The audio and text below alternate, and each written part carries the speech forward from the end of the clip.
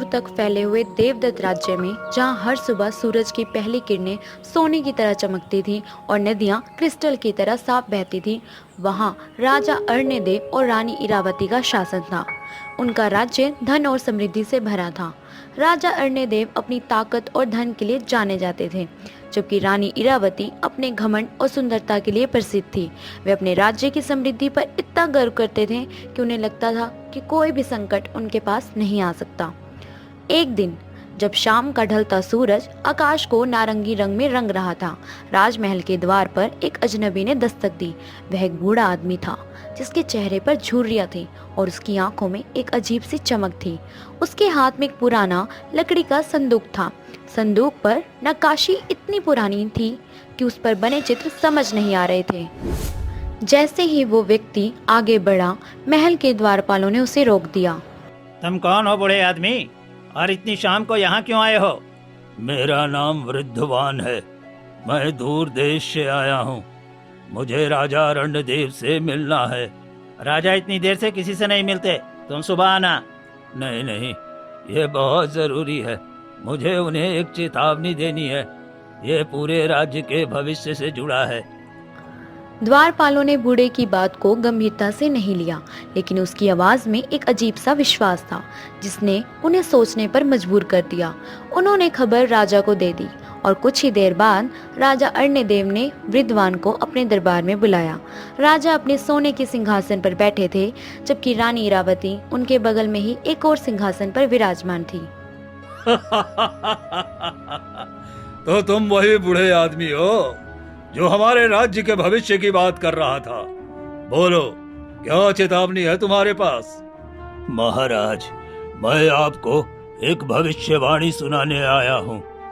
भविष्यवाणी? हमारे राज्य में कोई भी संकट नहीं आ सकता। हम इतने समृद्ध हैं कि हमें किसी चेतावनी की जरूरत नहीं है। रानी साहिबा, आप गलत हैं।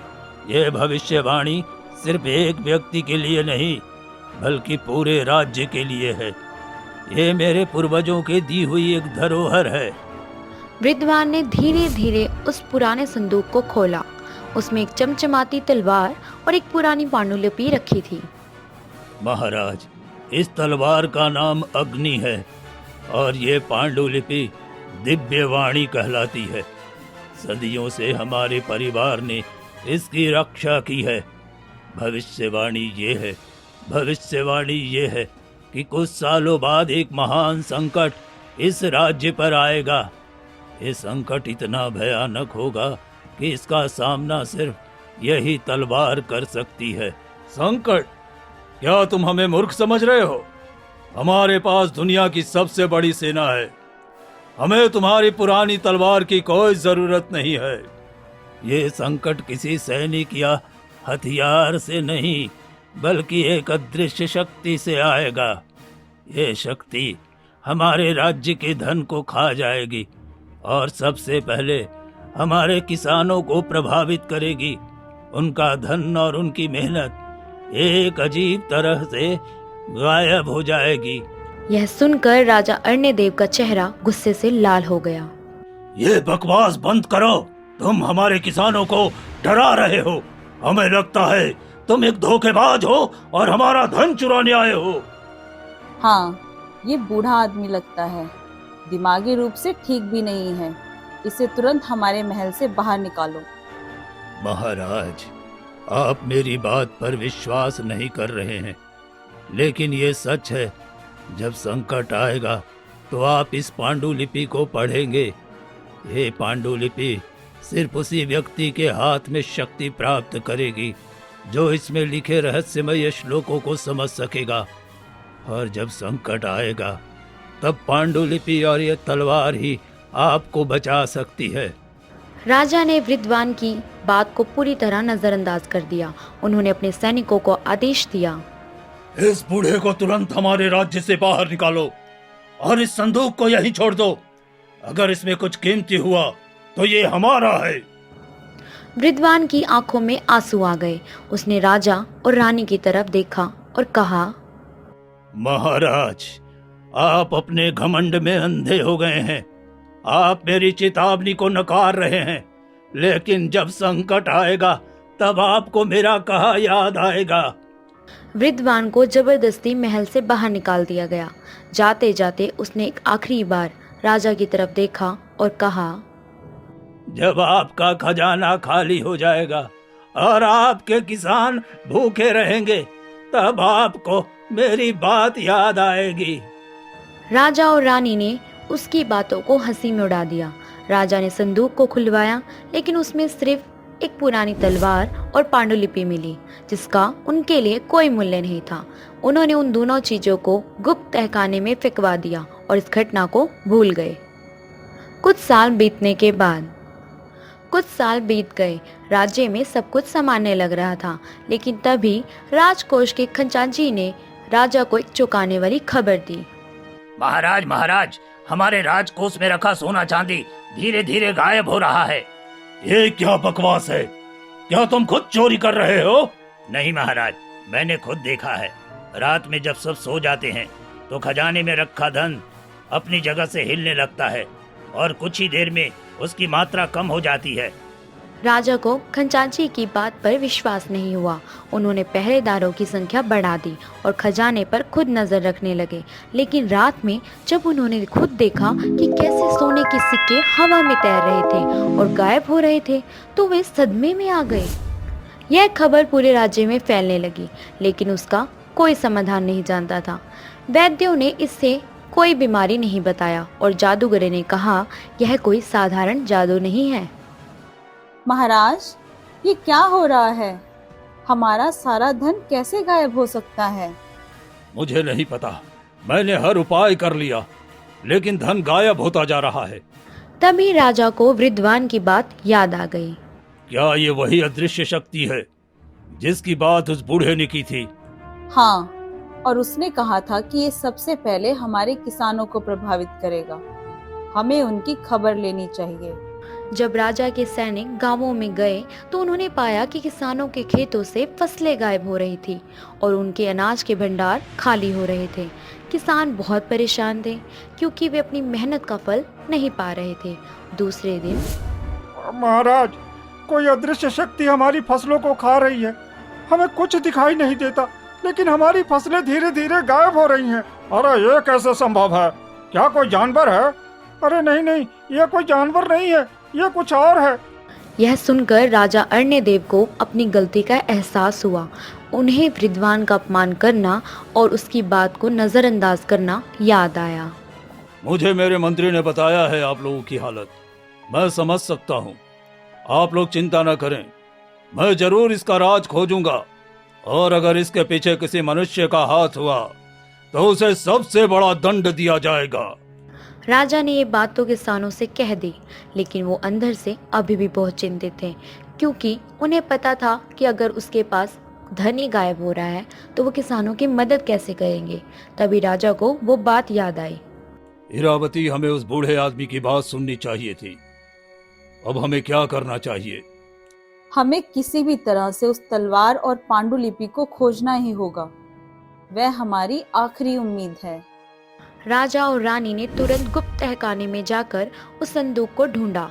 उन्होंने देखा कि संदूक पर लगी धूल और मकड़ी के जाले साफ हो गए थे, जैसे कि उसे अभी अभी रखा गया हो। जब राजा ने संदूक खोला तो तलवार पहले से भी ज्यादा चमक रही थी और पांडुलिपि पर लिखे श्लोक चमकने लगे थे, लेकिन राजा को इसे देखकर कुछ भी समझ नहीं आया। कुछ दिन बीत जाते हैं, लेकिन राजकोष से धन का गायब होना और किसानों की फसलों का अदृश्य होना एक भयानक त्रासदी में बदल गया था। राजा अर्णदेव ने अपनी सारी ताकत लगा दी थी। उसने राज्य के सबसे कुशल जासूसों को बुलाया, लेकिन वे भी पता नहीं लगा पाए कि धन कैसे गायब हो रहा है।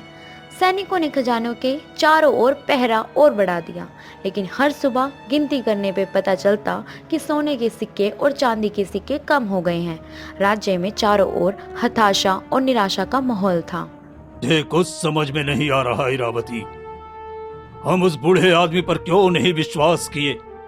अगर उस समय हम उसका सम्मान करते तो शायद आज ये दिन नहीं देखना पड़ता। अर्णदेव को अपनी गलती का गहरा पछतावा था। हमें उस बूढ़े आदमी की बात याद करनी चाहिए। उसने क्या कहा था कि ये समस्या का समाधान सिर्फ उस पांडुलिपि में है, और इस समस्या का समाधान सिर्फ एक व्यक्ति कर सकता है जो उस रहस्यमय श्लोकों को समझ सके।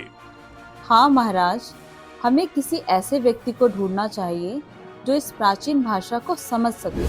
अगले दिन सुबह राजा अर्णदेव ने अपने सबसे भरोसेमंद मंत्री विद्युत को बुलाया। विद्युत अपनी बुद्धिमत्ता और ज्ञान के लिए जाने जाते थे। विद्युत, मुझे राज्य के सबसे ज्ञानी व्यक्ति की आवश्यकता है जो प्राचीन भाषा और रहस्यमय प्रतीकों को समझ सके। हमारी अंतिम उम्मीद अब वही है। जी महाराज, हमारे राज्य में एक ऐसे व्यक्ति हैं जो इन सब में निपुण हैं। उनका नाम ज्ञानदेव है, लेकिन वो राजमहल से दूर एक गुफा में एकांतवास करते हैं। उनसे मिलना आसान नहीं है। राजा ने तुरंत विद्युत को आदेश दिया कि वह ज्ञानदेव को किसी भी हाल में राज दरबार में लेकर आए। विद्युत तुरंत ज्ञानदेव को ढूंढने निकल पड़े। कुछ दिनों की यात्रा के बाद विद्युत ने ज्ञानदेव की गुफा का पता लगाया। ज्ञानदेव एक बूढ़े संत थे जिनकी दाढ़ी लंबी थी और उनके चेहरे पर एक अजीब सा तेज था। प्रणाम ज्ञानी, मैं देवदत्त राज्य का मंत्री विद्युत हूँ। हमारे महाराज अर्णदेव ने आपको बुलाया है। हमारे राज्य पर एक भयंकर संकट आया है। मैं जानता हूँ मंत्री, धन और अनाज का गायब होना किसी साधारण चोरी का काम नहीं है। आपको ये कैसे पता चला? मैंने ध्यान में देखा है। ये कोई साधारण समस्या नहीं है। ये एक दुष्ट आत्मा का काम है जो लोगों के लालच और अज्ञानता से पैदा हुई है। विद्युत ज्ञानदेव को राजमहल ले गए। राजा और रानी ने उनका सम्मान किया। उन्हें वह पुराना संदूक दिखाया जिसमें तलवार और पांडुलिपि थी। ज्ञानी, हम वर्षों पहले इस पांडुलिपि को नजरअंदाज कर दिए थे। अब हमें अपनी गलती का एहसास हो रहा है। क्या आप हमें बता सकते हैं कि इसमें क्या लिखा है? हाँ महाराज, मैं इसे समझ सकता हूँ। ज्ञानदेव ने पांडुलिपि को उठाया और उसे धीरे धीरे पढ़ना शुरू किया। इसमें एक चेतावनी है। जब लालच का अंधेरा ज्ञान की रोशनी को बुझा देगा, तब धन और अनाज एक अदृश्य दानव द्वारा निगल लिया जाएगा। आगे लिखा है, इस दानव को केवल सच्चे त्याग से ही शांत किया जा सकता है। आगे के श्लोक बहुत जटिल हैं, लेकिन मैं इसका अर्थ समझ रहा हूँ। लालच का अंधेरा, ये क्या है? रानी साहिबा, यह सिर्फ लोगों का लालच नहीं है। ये उन लोगों का लालच है जिन्होंने धन और शक्ति को अपने जीवन का एकमात्र उद्देश्य बना लिया है। ये दानव उसी लालच से पैदा हुआ है। राजा अर्णदेव को अपनी गलती का एहसास हो रहा था। उन्होंने कई साल अपने धन और शक्ति को बढ़ाने में बिताए थे, लेकिन लोगों की भलाई पर ध्यान नहीं दिया था। तो इसका समाधान क्या है ज्ञानी? समाधान इसी पांडुलिपि में है महाराज। अदृश्य दानव को शांत करने के लिए राजा को अपने सबसे प्रिय वस्तु त्यागना होगा और उसे एक पवित्र स्थान पर अर्पित करना होगा। लेकिन ये त्याग सिर्फ दिखावा नहीं होना चाहिए, यह सच्चे हृदय से किया गया होना चाहिए। और इसी के अंत में एक और श्लोक है, जब त्याग का प्रतीक प्रकट होगा तभी अग्नि तलवार में शक्ति आएगी और वो दानव को खत्म कर देगी। यह सुनकर राजा और रानी दोनों असमंजस में पड़ गए। मेरी सबसे प्रिय वस्तु ये क्या हो सकती है? हाँ, और वो पवित्र स्थान कहाँ है? महाराज, आपकी सबसे प्रिय वस्तु आपका घमंड और अहंकार है, जिसके कारण आपने उस बूढ़े आदमी का अपमान किया था। पांडुलिपि में आगे लिखा है कि वो पवित्र स्थान आत्मा का सरोवर है, जो हमारे राज्य में सबसे ऊंची पहाड़ी पर है। उस सरोवर में जाकर आपको अपने घमंड का त्याग करना होगा। लेकिन मैं अपना घमंड कैसे त्याग सकता हूँ? ये कोई वस्तु नहीं है। महाराज, आपको सरोवर के पानी में अपनी छवि देखनी होगी और उस छवि में आपको अपनी सबसे बड़ी कमी दिखानी होगी। जब आप ऐसा करेंगे तो वो पांडुलिपि आपको बताएगी कि अगला कदम क्या होगा। ज्ञानदेव की बातें राजा अर्णदेव को अजीब लग रही थी, लेकिन उनके पास और कोई रास्ता नहीं था। वे समझ गए थे कि यह युद्ध किसी सैनिक से नहीं बल्कि अपने भीतर के दानव से था। तो ये समस्या सिर्फ मैं ही हल कर सकता हूँ, क्या ये सच है? हाँ महाराज, भविष्यवाणी में साफ साफ लिखा है कि ये समाधान सिर्फ आप ही कर सकते हैं, क्योंकि ये संकट आपके घमंड से पैदा हुआ है। लेकिन ये ध्यान रहे, अगर आप असफल हुए तो ये दानव पूरे राज्य को खत्म कर देगा। ज्ञानदेव ने उन्हें पांडुलिपि सौंप दी और कहा, पांडुलिपि में आगे के श्लोक बहुत जटिल है। आपको अकेले ही इस यात्रा पर जाना होगा। ये पांडुलिपि आपको सही रास्ता दिखाएगी। राजा अर्णदेव ने पांडुलिपि ले ली। रानी इरावती भी उनके साथ जाना चाहती थी, लेकिन ज्ञानदेव ने उन्हें रोक दिया। रानी साहिबा, ये यात्रा अकेले की है। राजा को अपने आप से लड़ना होगा। राजा अर्णदेव ने अपनी यात्रा शुरू कर दी थी। उन्होंने अपने शाही वस्त्रों को छोड़ दिया और एक साधारण यात्री के रूप में निकल पड़े। उनके हाथ में सिर्फ वह पुरानी पांडुलिपि और एक पानी की बोतल थी। रानी इरावती और मंत्री विद्युत उन्हें चिंतित निगाहों से देख रहे थे, लेकिन राजा का दृढ़ निश्चय उनके चेहरे पर साफ झलक रहा था। उन्होंने महसूस किया था कि यह सिर्फ एक यात्रा नहीं बल्कि अपने ही भीतर की लड़ाई थी। घने जंगल का रास्ता मुश्किल और खतरों से भरा था। राजा ने कई दिन तक यात्रा की, जहां उन्हें जंगली जानवरों और तूफानी मौसम का सामना करना पड़ा। उनका घमंड, जो कभी उनकी सबसे बड़ी ताकत था, अब उनकी सबसे बड़ी कमजोरी बन गया था। वह अपनी हर शाही सुविधा को याद कर रहे थे, खुद को कोस रहे थे। उन्होंने एक साधारण जीवन को कभी महत्व नहीं दिया। कई दिनों की यात्रा के बाद राजा को एक आवाज सुनाई दी। महाराज, आप अपने घमंड और अहंकार के बोझ को लेकर यहाँ नहीं चल सकते। आपको इन्हें यहीं छोड़ना होगा। राजा ने चारों ओर देखा, लेकिन कोई दिखाई नहीं दिया। तुम कौन हो और मुझे क्यों रोक रहे हो? मैं इस जंगल का संरक्षक हूँ। तुम वहाँ नहीं जा सकते जहाँ तुम जा रहे हो। तुम्हारी यात्रा का उद्देश्य तुम्हारा घमंड है। राजा ने हिम्मत से काम लिया और आगे बढ़े। पांडुलिपि के पृष्ठ अचानक चमकने लगे और राजा को एक दिशा का संकेत देने लगे। राजा ने चमकते हुए पृष्ठों का अनुसरण किया और एक पुराने और रहस्यमयी तालाब के पास पहुंचे, जो चारों ओर से ऊंचे पेड़ों से घिरा हुआ था। तालाब का पानी शांत और गहरा था। राजा ने पांडुलिपि में वर्णित आत्मा का सरोवर को पहचान लिया। जब राजा तालाब के पास पहुंचे तो एक विशाल और रहस्यमयी पेड़ उनके सामने आ गया। उसकी शाखाएं इतनी मोटी थी कि उन्होंने राजा का रास्ता पूरी तरह से रोक दिया था। रुको यात्री, तुम इस पवित्र स्थान में प्रवेश नहीं कर सकते। मुझे अंदर जाना है, मेरा राज्य खतरे में है। तुम्हारे राज्य का खतरा तुम्हारे घमंड से पैदा हुआ है और तुम यहाँ उसे खत्म करने आए हो। लेकिन तुम्हें इस तालाब में प्रवेश करने से पहले मेरी 3 पहेलियों का जवाब देना होगा। ये पहेलियां तुम्हारे घमंड और अहंकार से जुड़ी हैं। पहेलियां? क्या तुम एक पेड़ हो?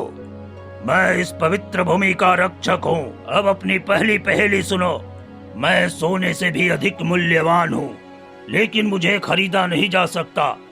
मैं तुम्हें दुनिया का सबसे ऊंचा स्थान दिखा सकता हूँ, लेकिन मैं तुम्हें नीचे भी गिरा सकता हूँ। मैं क्या हूँ? राजा ने सोचा, वह समझ गया था कि यह पहेली उसके धन और पद से जुड़ी थी। इसका जवाब घमंड है। ये मुझे सबसे मूल्यवान लगता था, लेकिन इसी ने मुझे नीचे गिराया है। सही जवाब। अब मेरी दूसरी पहेली सुनो। मैं तुम्हें सबसे महान राजा दिखा सकता हूँ, लेकिन जब तुम मुझे देखते हो तो अपनी सबसे बड़ी कमी पाते हो। मैं तुम्हें दुनिया का सबसे सुंदर चेहरा दिखा सकता हूँ, लेकिन मैं तुम्हें तुम्हारा असली चेहरा दिखाता हूँ। मैं क्या हूँ? राजा ने फिर सोचा। उसे अपनी रानी इरावती का घमंड याद आ गया।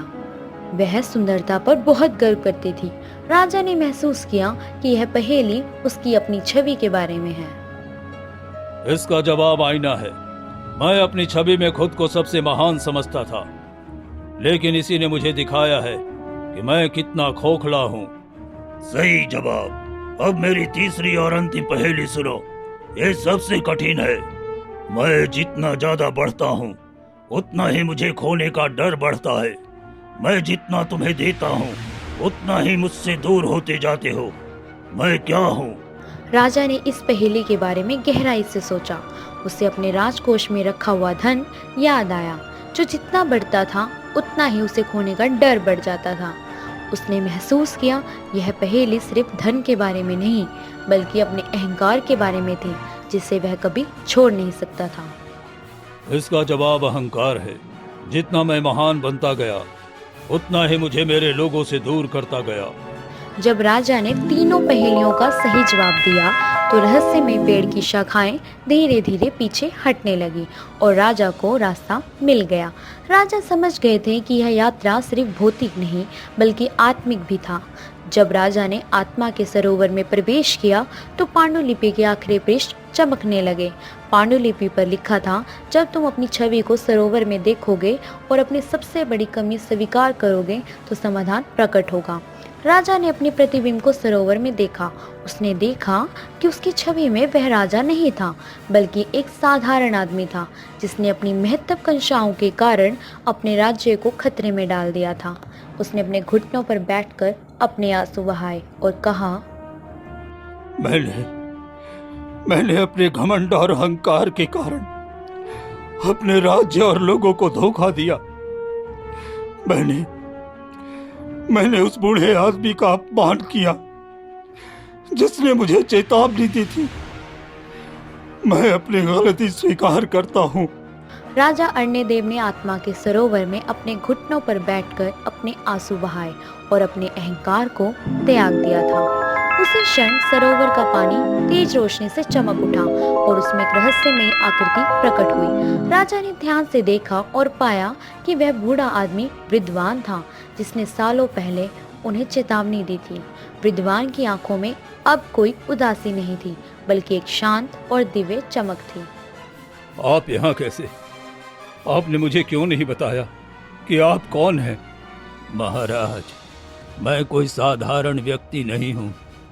मैं आपके ही पिछले जन्म का एक हिस्सा हूँ। एक हिस्सा जो आप भूल गए थे।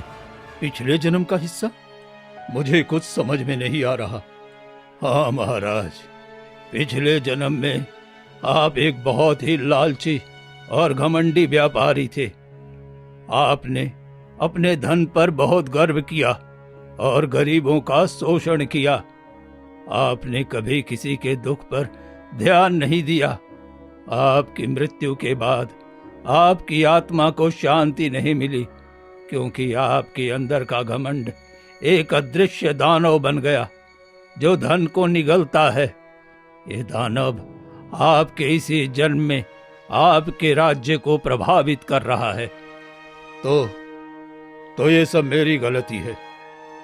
ये संकट मेरे पिछले जन्म के पापों का परिणाम है।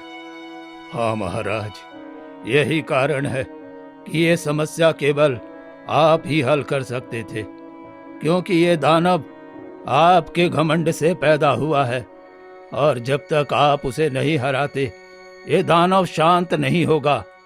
ये बूंद आत्मा के सरोवर की पवित्रता का प्रतीक है। ये आपके घमंड और अहंकार का त्याग करने के बाद ही प्रकट हुई है। इस बूंद को लीजिए और अपने राज दरबार के सबसे पवित्र स्थान पर रख दीजिए। जब आप ऐसा करेंगे तो अग्नि तलवार में पूरी शक्ति आ जाएगी और ये दानव शांत हो जाएगा।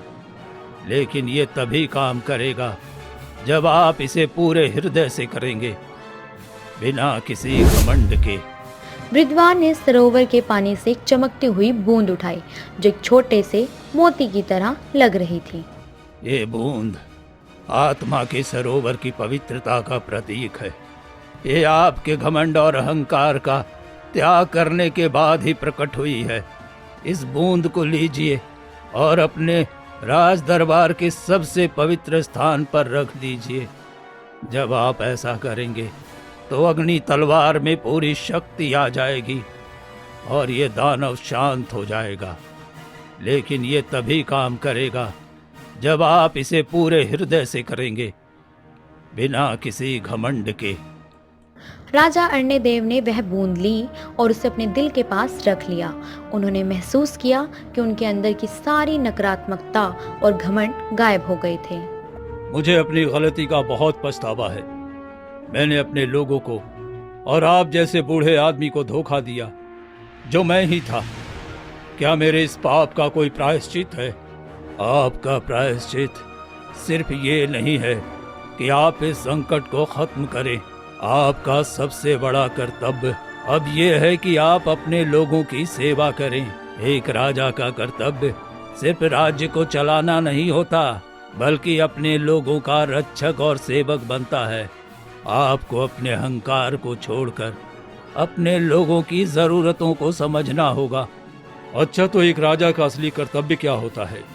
एक राजा का असली कर्तव्य ये होता है कि वो अपनी प्रजा को अपना परिवार समझे, उन्हें सिर्फ करदाता न माने, बल्कि उनकी खुशियों और उनके दुखों में शामिल हो। आपको अपने ज्ञान और शक्ति का उपयोग सिर्फ अपनी भलाई के लिए नहीं, बल्कि दूसरों की भलाई के लिए करना होगा। जब आप ऐसा करेंगे तो आपके राज्य में फिर से समृद्धि और शांति आएगी। आपकी आत्मा अब शुद्ध हो गई है। जाइए, अपने राज्य को बचाइए और एक ऐसे राजा बनिए जिस पर आपके लोग और आपके पूर्वज गर्व करें। विद्वान ने राजा अर्णदेव को आशीर्वाद दिया। विद्वान की आकृति धीरे धीरे सरोवर के पानी में विलीन हो गई। राजा अर्णदेव ने अपनी यात्रा शुरू की, लेकिन इस बार वह पहले से कई ज्यादा हल्के और शांत थे। उन्हें अब किसी चीज का डर नहीं था। जब राजा वापस राजमहल पहुंचे तो रानी इरावती और मंत्री विद्युत उन्हें देखकर आश्चर्यचकित रह गई। राजा का चेहरा बदल गया था। उनके चेहरे पर अब घमंड नहीं, बल्कि एक गहरी शांति और करुणा थी। महाराज, आप वापस आ गए। क्या आप अपने कार्य में सफल हुए हैं? हाँ इरावती, लेकिन मेरी सफलता सिर्फ एक दानव को हराने में नहीं है, बल्कि अपने भीतर के दानव को हराने में है। लेकिन ये दानव क्या है? वो दानव मेरा घमंड और लालच था। राजा ने अपने मंत्री को उस आत्मा के सरोवर की बूंद के बारे में बताया और उन्होंने उसे अपने राज दरबार के सबसे पवित्र स्थान पर रख दिया। जब उन्होंने ऐसा किया तो पूरे राजमहल में तेज रोशनी फैल गई और वह अग्नि तलवार, जो अब तक बेजान थी, चमकने लगी और हवा में तैरने लगी। उसी पल राज्य के खजाने में गायब हो रहा धन वापस आने लगा। सोने और चांदी के सिक्के अपनी जगह वापस आ गए। महाराज, ये एक चमत्कार है। हमारा धन वापस आ रहा है। हाँ महाराज, जितने सारे धन गायब हो चुके थे वो वापस आ रहे हैं। उसी समय गांवों से भी खबर आई कि किसानों के खेत में अचानक फसलें उगने लगी हैं और उनके अनाज के भंडार फिर से भर गए हैं। राजा अमर रहे, राजा अमर रहे। ये एक चमत्कार है महाराज। हमारे फसल फिर से ठीक हो गए और हमारा गायब हुआ धन भी वापस आ गया। मेरे प्रिय लोगों, मैं आपसे माफी मांगता हूँ। मैं एक अहंकारी और घमंडी राजा था। मैंने आपके दुख को नजरअंदाज किया और उस बूढ़े आदमी का अपमान किया जिसने मुझे चेतावनी दी थी। ये सब मेरी गलती है। मैं अब से आपका सेवक हूँ। मैं अब से आप सबका सेवक हूँ। महाराज, आप ऐसा क्यों कह रहे हैं? क्योंकि यही सच है प्रिय इरावती। एक राजा का असली कर्तव्य सिर्फ शासन करना नहीं, बल्कि लोगों की सेवा करना है। मैं अपने लोगों को विश्वास दिलाता हूँ कि मैं अब से आपके लिए जीऊंगा। मैं आपके सुख और दुख में हमेशा आपके साथ रहूंगा।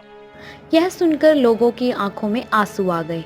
उन्होंने महसूस किया कि उनका राजा पूरी तरह से बदल गया था। रानी इरावती भी अपने पति के इस बदलाव से बहुत प्रभावित हुई और उन्होंने अपने घमंड को त्याग कर अपने लोगों की सेवा करने का संकल्प लिया। राजा अर्णदेव ने अपने राज्य में कई सुधार किए। उन्होंने गरीबों की मदद की, किसानों को सम्मान दिया और अपने लोगों के लिए काम किया। उनका राज्य फिर से समृद्ध और खुशहाल हो गया। लेकिन इस बार यह समृद्धि सिर्फ धन से नहीं बल्कि प्रेम, करुणा और न्याय से भरी हुई थी। धन्यवाद। अगर आप ऐसी ही स्टोरी देखना चाहते हैं तो हमारे चैनल को प्लीज़ सब्सक्राइब करें, लाइक करें, कमेंट करें और शेयर करें। Thank you.